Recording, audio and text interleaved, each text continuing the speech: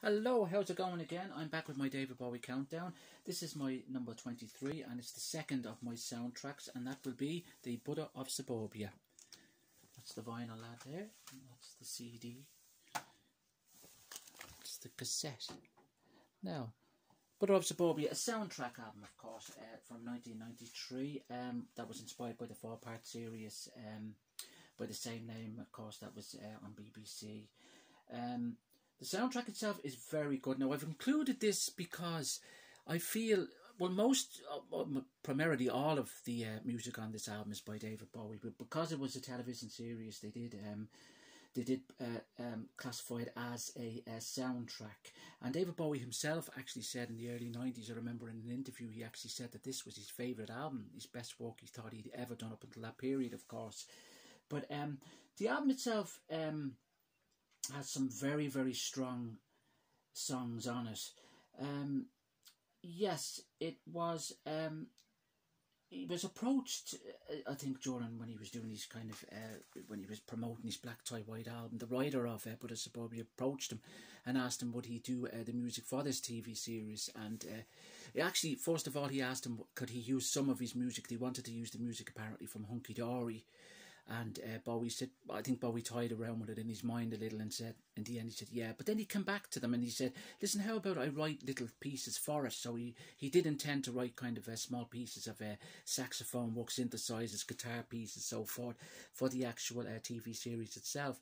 But then when he kind of looked back at the work he had done for it, he said, well, maybe I should do more with it. So he kind of created himself and Erdal Kazilki, I think it was, actually wrote kind of full-length songs for it. And apparently this album, I think, was written in around 5 days. And they wrote and recorded this album. I know it took a few weeks to mix, but they wrote it apparently in around 5 or 6 days when they went into the studio. I think it was in Switzerland.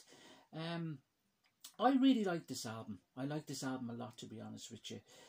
There's some, as I said, there's some great tracks on it. The opening song is The Buddha of Suburbia, of course, which is kind of it's very strong. I remember when I heard it first, I thought, oh my God, absolutely fantastic song. It really had that Bowie feel to it as such.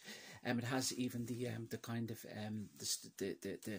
the piece from Space Oddity, the guitar sound from Space Oddity, and it also has the spoken lyric there, but at the chant at the end of All the Madmen, saying Alfred Lejeune, which he says at the end of this particular song as well. But I think it's an absolutely fantastic song, to be honest with you. Sex in the Church is another kind of an instrumentally type thing, which is great. South Horizon, the force of his kind of jazzy feel, a sax work on this, which again is okay. The Mistress again is okay. Kind of moody tunes, but they sound good. Please Like a Crazy Dad is kind of a dancey feel to it. It's kind of it's a good song as well, kind of instrumental with just very, very small lyrics in it. Strangers When We Meet, which everyone would be more familiar with from the Outside album, closing song on the Outside album. This is the kind of more raw version of it. It's more kind of, it's redone, of course, naturally for the Outside album with Eno and that, but it sounds great on this album as well. It sounds brilliant. Dead Against It, another fantastic song, which he intended actually to redo and put on Earthling, I think it was, or Reality. It was one of them anyway. He did intend to go back and redo that song, as he did, of course, with Stranger When We Meet for Outside.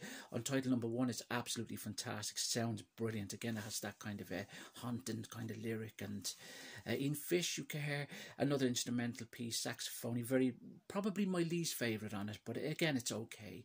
And then The Buddha of Suburbia, this one, not much different from the first one, only the fact that Lenny Kravitz is playing guitar on this particular piece. This was actually released as well as a single with Dead Against It on the B-side, the only song to be released from this particular album. But it sounds absolutely fantastic. It's a great album, and I have watched the miniseries. That's the DVD there of the miniseries. I have watched it, and I watched it when it was out too, when it came out in 1993, and I thought it was very good. But the sound, the music to it, I have to say I really do like, to be honest with you. Yep, so that is my number 23 of my David Bowie collection. And again, I'm comfortable putting them in these positions. I've always felt this was in the right place as I have it here.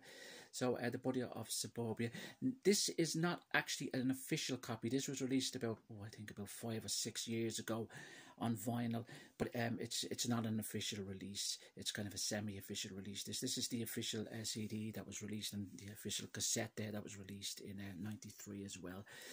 It did get a re-release on CD, I think around 2006, I think it was 2007, with a different cover, which I have somewhere as well, just when I'm sitting down. I think it's still from the video, The Body of Suburbia. And yeah, but that's the original cover to the actual CD release. I think it was released in... I'm not sure what country it was now. It might have been Israel or somewhere like that. I think it was very, very limited, of course. But I think it has been rumoured, of course, to be released officially again. But this, getting back to copyright, so forth, I think there's a lot to do with it as well. So, Body of Suburbia 23. Again, thanks for watching.